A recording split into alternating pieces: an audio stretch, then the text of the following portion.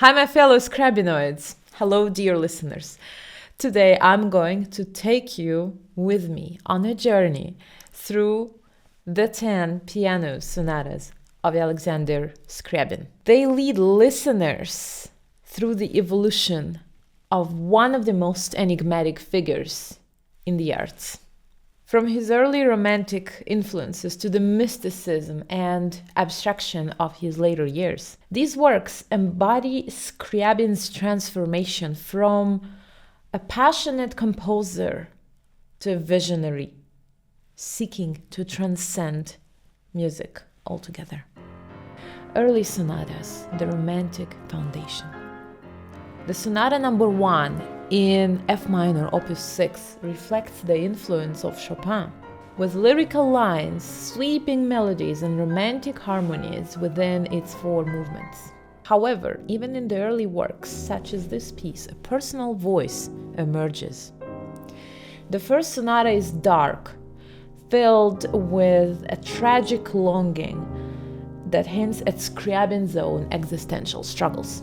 Sharp dissonances and acute rhythmic gestures already reveal the drama of inner conflict and energetic tension.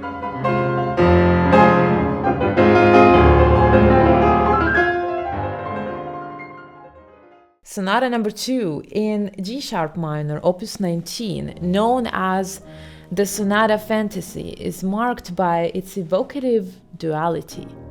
The piece consists of 2 movements.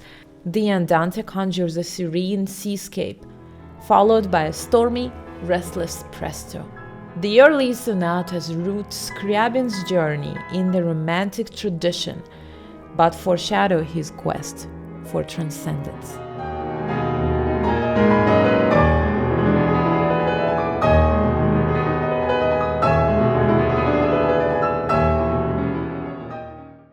Sonata number 3 in F sharp minor, opus 23, is composed in 4 movements. The work explores different psychological states, moving from tumult and longing to passion and liberation. It shows Scriabin's growing interest in music as a vehicle for exploring inner states and emotions. In this work, he begins to treat the sonata form not merely as a structure, but as a canvas for his psychological and spiritual insights.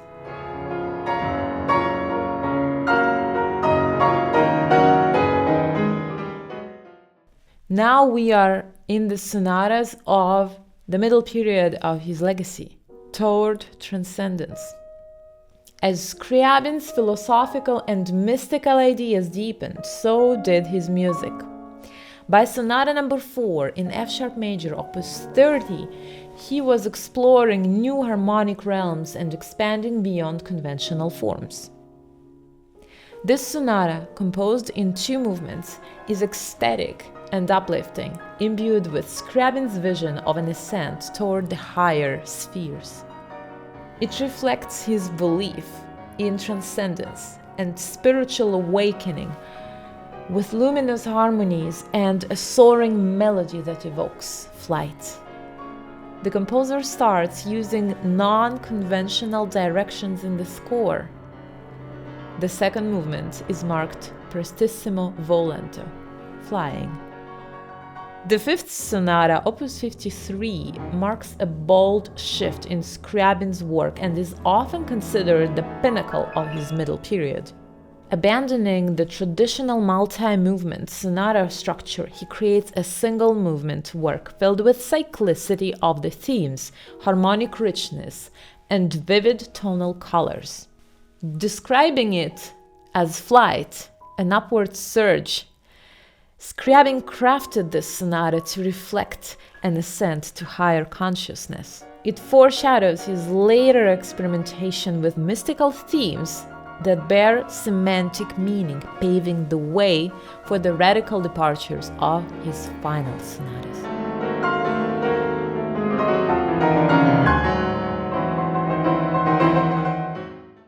And now we're off to explore the mysticism and symbolism of the late 5 piano sonatas. They are daring, spiritual, and in many ways experimental.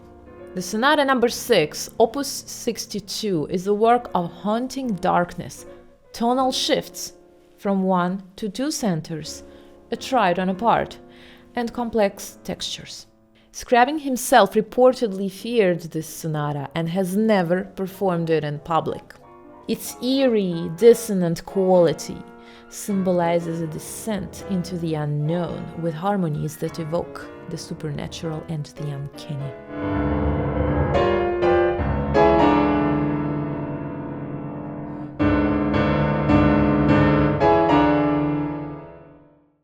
In contrast, the 7th sonata, Opus 64, known as the White Mass, reaches toward light and purity, capturing Scriabin's yearning for spiritual elevation.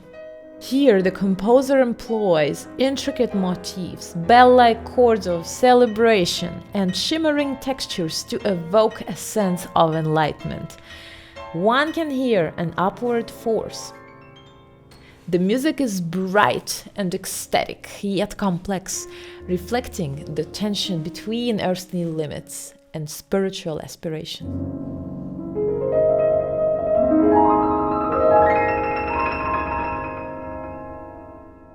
The 8th sonata, Opus 66, is a sonic landscape that floats just above the surface as if it's weightless in a sense. It could be viewed as an exploration of the inner self, a contemplation, or a discovery of equilibrium through the precious themes and intricate harmonies.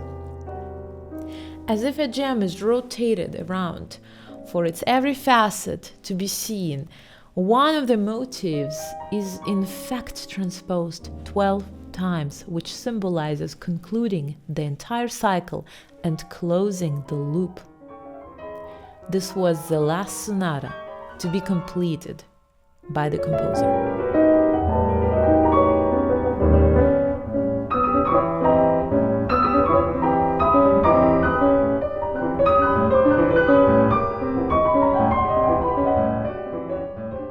The Sonata number 9, Opus 68, known as the Black Mass, takes on a darker, sinister tone. This piece represents forces of despair and darkness. Scriabin himself described it as embodying evil forces, and its haunting, relentless motifs capture a sense of inner turmoil and a psychological and spiritual struggle.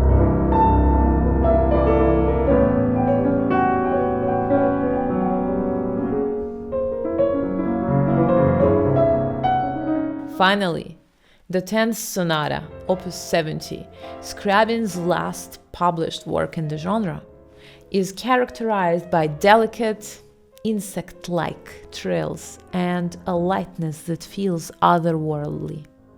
Often referred to as the insect sonata or trill sonata, respectively, it reflects Scriabin's fascination with the universe's mysteries and the concept of life emanating from the sun.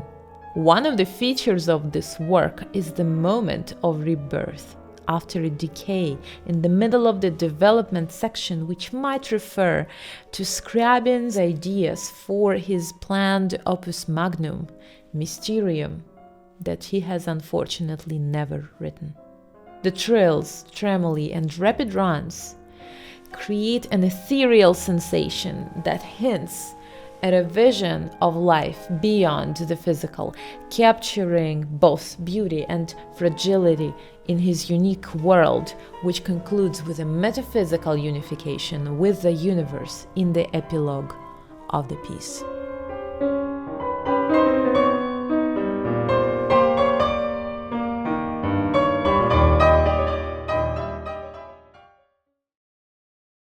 In these later compositions, Scriabin strove not simply to express human emotion, but to transcend it, seeking a state of pure ecstatic experience.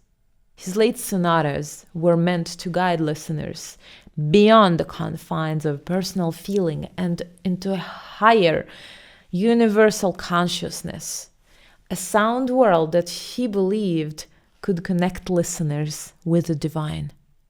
Scriabin used recurring semantic themes throughout his middle and later sonatas, with each theme embodying a unique state of consciousness or spiritual transformation. This progression appears as a series of motifs. Mystical unity, the mystic chord, an unfolding harmony representing unity with the divine. Divine summons or calls.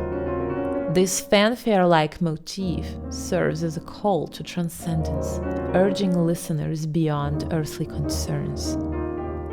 The eternal feminine, a sensuous yearning melody reaching upward, symbolizing the sublime feminine archetype and desperational desire. Motif of light. Rapid trills and tremoli reflect luminosity and the cosmic beauty Scriabin believed could be accessed through sound. Motif of flight. Quick, ascending 5-note arpeggios depict soaring or spiritual ascension.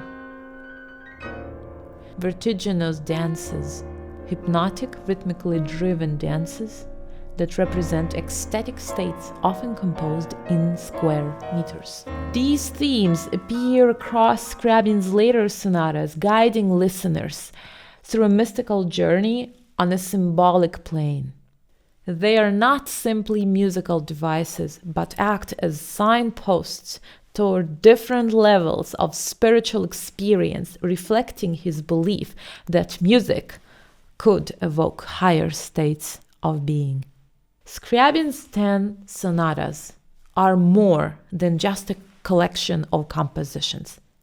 They are a testament to his evolution from a romantic composer to a Prometheus of the arts. Like Prometheus, who brought fire to humanity, Scriabin believed that music could reveal hidden truths and transform consciousness. Each sonata encapsulates a phase of this journey, capturing his relentless push toward spiritual transcendence and his desire to reach beyond the self into the universal. Together, these works create a musical legacy that transcends time, standing as a profound document of Scriabin's quest for unity, ecstasy, and spiritual revelation.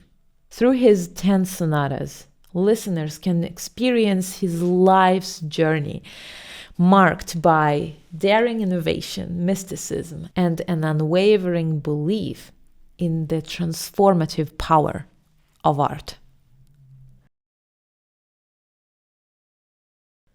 After many years of practicing, researching, performing, listening, reading, and immersing myself all the way into these 10 gems. Okay, now I'm about to say it. I'm delighted to announce that today marks the release of the full album with the complete piano sonatas of Alexander Scriabin, recorded by me on the label Prospero Classical. Thank you so much, Prospero Classical, for releasing this album. It's now available to listen on all the streaming platforms across the globe online. Thank you so much for watching this video until the end. If you're interested in checking out more content on Scriabin, monodisciplinary, cross-disciplinary performances and cinematic versions thereof, as well as educational resources, make sure that you check out the videos on my channel as well as the channel of my artistic cross-disciplinary organization, Intertwining Arts. All the links are provided in the description. I wholeheartedly invite you to join me on this listening experience of the album. Make sure to subscribe, hit like, and comment. Thank you so much for being with me today, and I wish you a wonderful experience of listening to Scriabin. Bye.